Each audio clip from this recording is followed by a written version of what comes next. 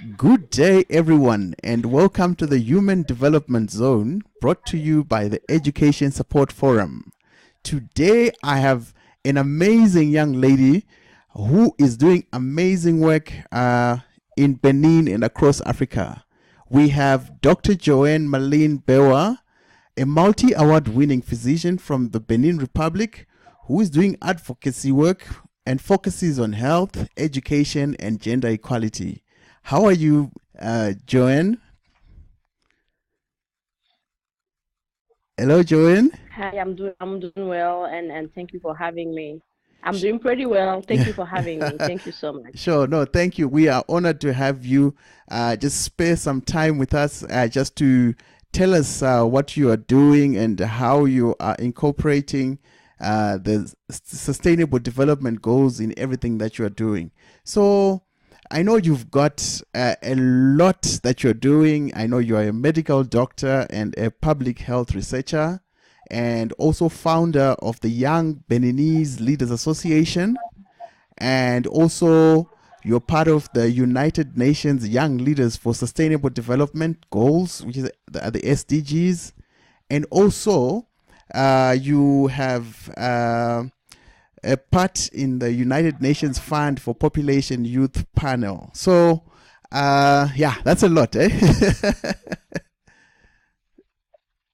Well, I try to make sure that most of my intervention are related to the SDGs, as you said, Mm, and primarily I work on SDG 3, which is health, and SDG 5, which is gender. mm-hmm, And in terms of working on this specific SDG, I make sure that young people have access to health, but also more specifically to sexual reproductive health, which is my main area of interest. mm, My work also come across SDG 17, which is around partnership, where I make sure that I can bring together young people from different platforms, to talk about youth issues, but also to find solutions together.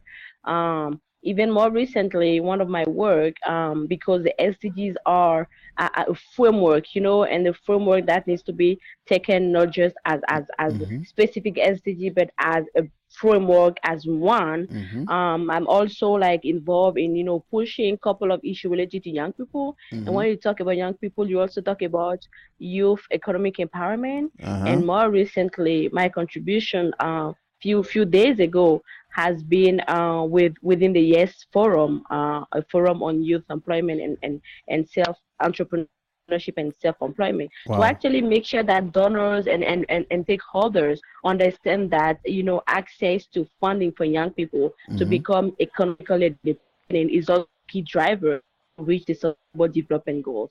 But primarily, mm-hmm. as you said, I'm more focused on working to improve health and gender equality across different constituencies. Wow, wow, amazing stuff. So, when did you start being an advocate for health and gender equality? Is it something that's been you've always been passionate about ever since? Yeah, it started very young. Seeing my parents working, and actually volunteering for disability causes, and even providing material and support for people with disability. So very early on, I've noticed that someone can contribute even though he doesn't have a lot of financial resources. Mm, But my interest in health actually, came from personal experiences where at 9 years old, I myself almost died from an asthma attack. mm, And at 12 years old, one of my best friends had an unattended pregnancy, and mm. she did an abortion and she died from Oh, it. shame. From that moment, I realized that I wanted to work in a sector of health. I Mm-hmm, wanted to work in the area of women's health, but also out of that, look at the other determinants, such as access to education, such as gender equality, such as women mm-hmm, empowerment, mm-hmm. which are key determinant, social determinant of health. Wow, wow, that's amazing. That's amazing. So your experiences actually led you to pursue this health and say we want the best health and we want equality in our lives. So tell me, every platform that you go to nowadays, everyone is talking about the future of work. Everybody is talking about the huge youth bulge in Africa. That's about 60% of the population in Africa are below 24 years of age. Do you think that with better knowledge and better education, the youth can actually control the population, and are we able to actually benefit from the bulge of the youth population? I think young people represent a good opportunity on our continent, and it's our responsibility, not just as young people but also as a government or stakeholder, to make sure that young people are taken seriously. A couple of people still say that young people are the future. Young people are not just the future, but Mm, they are the present. We have young people who are professional, who are doctors, who are lawyers, who are artists, who mm, are innovators, who are engineers, who are, you know scientists. So why can't we just tap into the resources that young people are bringing, mm, taking young people seriously, but more create some sustainable opportunities for mm, those young people to showcase their talent. So I mm, think it can be seen as a great opportunity, because it is a great opportunity only if key and sustainable investments mm, are made to ensure that young people have access to education, mm, have access to basic services such as health, have access to opportunity to be economically independent, and of course, mm. can be raised and grow in a very peaceful environment. Nice. So, it ties in with this paper that I was just reading recently. It was written by the African Leadership Institute, the one that runs the Tutu Fellowship. And they are saying that the decision-making process in Africa generally excludes young people. So you ask yourself to say, should young people wait to be included, or they should actually take the power and use the power that's in them already? How should youth go to the center at the table? Well, that makes me think about a statement that I did recently. But Uh-huh. yeah, there are some countries that are doing very well already in supporting and engaging young people, Mm-hmm. and we need to recognize those progress and those achievements. Mm-hmm. However, there is much more progress that needs to be implemented. Mm. I think young people, when the opportunity is available, young people are even more than willing to take this opportunity to serve the community and to serve the world. When those opportunities are not available, that's when it is actually critical and challenging, because young people are also looking forward for guidance, Mm. Yeah. guidance, but also bring the expertise that we have on the table.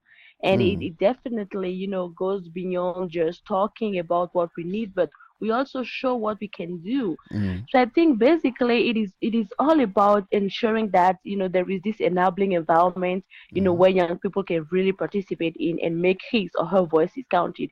But when it is not available, I'm confident, and I saw a lot of young people doing that.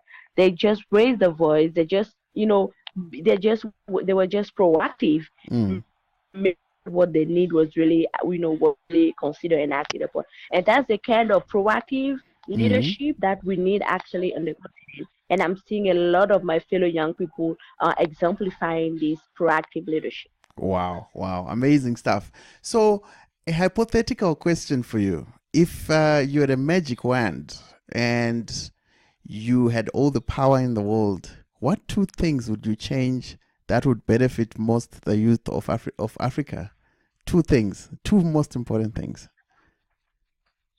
Well, I don't think I will ever have all power on earth, but I think if there something actually that even myself as a young people, because I'll be talking based on my experience, Mm. if there is something that is critical to make sure that young people can really fulfill their full potential, Mm. I think first of all is to make sure that every young people as well as have access to education Mm. and quality education, Yeah. education that allow us to have the skills to be independent if we decide to have our own business, or Mm-hmm. to be able to work and be productive if we decide to work in someone else's company. So access to education, I think it's like the background that can help to actually solve a lot of issues, because when you don't have access to education or information, you Mm-hmm. may not know the right way protect yourself or to be healthy, right? You may not know the right way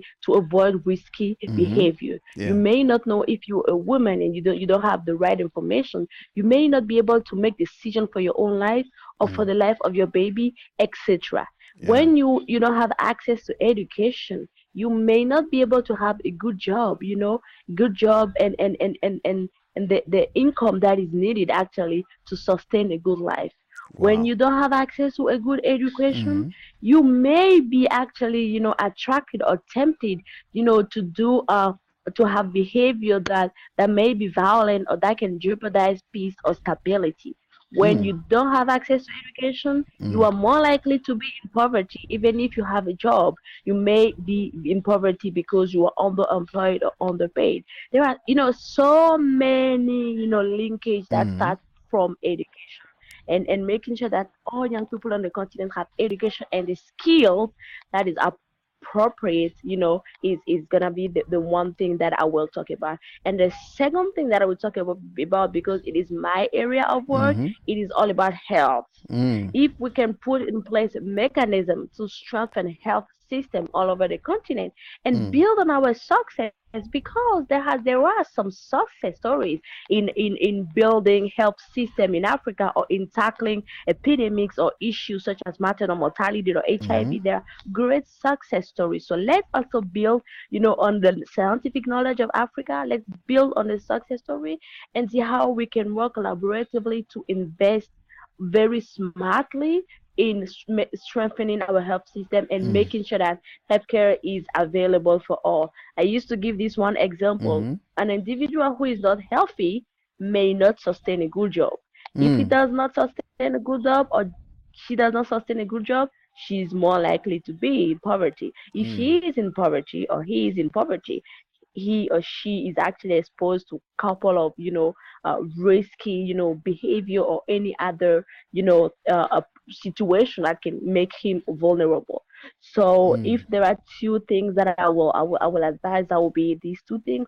But I have to acknowledge that, Mm. it is an integrated approach that we need to Yeah. put in place, not just identify two areas that needs to be developed, but Mm. having an integrated approach where a young people can be raised and grow in a community which is peaceful, Mm-hmm. where he or she has access to good quality education, to health services, Yeah. see positive role model, and is actually raised or trained, to have values such as good governance and integrity, but Mm. also, develop and be part of a talent of youth who actually, support themselves with the support of mentors through Mm. intergenerational dialogue. So Wow. basically, I think that we need an integrated approach, Mm. and not work in silo. Silos. Wow. Wow. That is amazing. So, you are part of the Goalkeepers event. I know you've been invited, courtesy of the Bill and Melinda Gates Foundation. That's going to be held in Johannesburg in December. So, what are your expectations? What do you hope to get out of this gathering? And also, what are you bringing to the table for the benefit of all the other attendees? I think the goalkeeper is actually, this platform where, people thinking the same way and who have a strong desire to see our world becoming a better world gather to, to discuss about innovative solution, but also, thought provocative ideas, in Mm. order to move forward. And I think in terms of expectation is to share, my experience, but also learn from other Mm. participants on best practices in countries, Mm. and also to see how we can make linkage in the intervention that each of us are doing, so that we can synergize and we can actually, mutualize our effort and our Mm. success. So basically, it's all about learning. It's Mm-hmm. about sharing. It's going about networking for concrete actions. Wow. We could talk the whole day, but you've got so much insights, and it's just that our time doesn't allow us. So we really, really appreciate you taking time just to share with us your views on how we can attain health for sustainable development growth and how we can leverage equality for better success for everyone. So it was great talking to you, and we really appreciate it, and see you in December in Johannesburg at the Bill and Melinda Gates Foundation's pleasure. Goalkeepers. My pleasure. I think it's. Sure. Thank you. Okay. Bye. Thank you. Thank you. Thank you. Sure. Bye. Thank you.